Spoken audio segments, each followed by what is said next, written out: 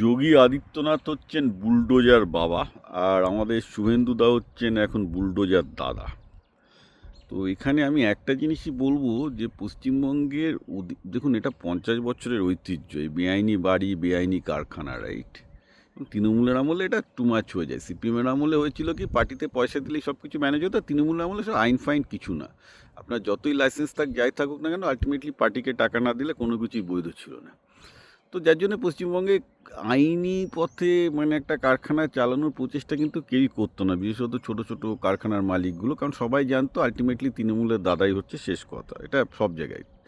আপনি যদি পশ্চিমবঙ্গে বলেন কতগুলো ফ্যাক্টরি বৈধ কাগজপত্র আছে, হয়তো 90%-এরই নেই। তাহলে কি আপনি পশ্চিমবঙ্গের 90% ফ্যাক্টরির ওপর, 90% বাড়ির ওপর বুলডোজার চালাবেন? তা তো হয় না, তা তো পশ্চিমবঙ্গের অর্থনীতি ধ্বংস হয়ে যাবে। আমার ধারণা শুভেন্দু ঠিক স্টেপই নিচ্ছেন, কিন্তু একটা নোটিশ দিয়ে দেওয়া উচিত যে 1 সপ্তাহ বা 2 সপ্তাহ, 1 মাস বা 2 মাস বা 3 মাস সময় দিন কারখানাগুলোকে, বলুন যে এসব বুলডোজার চলবে।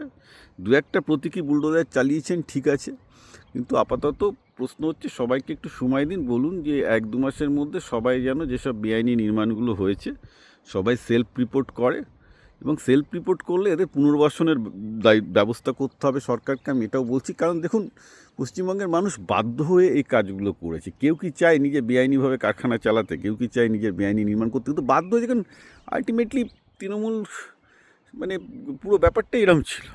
হ্যাঁ, যেখানে কোনো কিছু হওয়ার না, সব জায়গায় সব বেআইনি অবৈধ নির্মাণ, সব জায়গায় কলকাতায় হচ্ছে। কলকাতায় তো বলতে গেলে 90%ই বলতে গেলে তৃণমূল জমানায় যা হচ্ছে অবৈধ নির্মাণ। কারণ কি, তারাও জানতেন যে অবৈধ নির্মাণ না করে, বৈধ নির্মাণ করে কোনো লাভ নেই। আর যারা অবৈধ নির্মাণ করতেন তারা জানতেন যে আলটিমেটলি তৃণমূলকে টাকা খাওয়াতেই হবে। এইবার কেন আমি সময়টা দিতে বলছি, তাহলে লোকজন তাদের মতো করে করতে পারবে। অবৈধ ভাঙতে গেলে পশ্চিমবঙ্গে কিন্তু 90% ভেঙে ফেলতে হবে, অবস্থাটা কিন্তু এখানেই চলে যাবে সেটা। সুতরাং একটু শুভেন্দুকে ভেবে দেখতে হবে যে সব লোকই অপরাধী নয়, বাধ্য হয়েছে তৃণমূলের চাপে করতে। তো আস্তে আস্তে এটা করা উচিত, অবৈধ জিনিস ডেফিনেটলি ভেঙে ফেলা উচিত। কারণ এটাও আমি বলেছি যে বেসিক্যালি লোকজনের শিক্ষা হওয়া উচিত যে বেসিক্যালি একটা পার্টি যেটা অবৈধভাবে কাজ করাকে উৎসাহ দেয়, তার সাথে আজকে লেগে থাকলে কালকে যখন পার্টি চেঞ্জ হবে তার অবৈধ জিনিসগুলো থাকবে না এবং ভেঙে পড়বে, এবং সেক্ষেত্রে অবৈধ কাজ করার প্রবণতাটা কমবে। সুতরাং আমি 100% এই বুলডোজারের পক্ষে, বুলডোজার দাদার পক্ষে। কিন্তু এটাকে প্রত্যেককে সময় দেওয়া উচিত, 1 মাস 2 মাস 3 মাস সময় দেওয়া উচিত রিহ্যাবিলিটেশনের জন্য।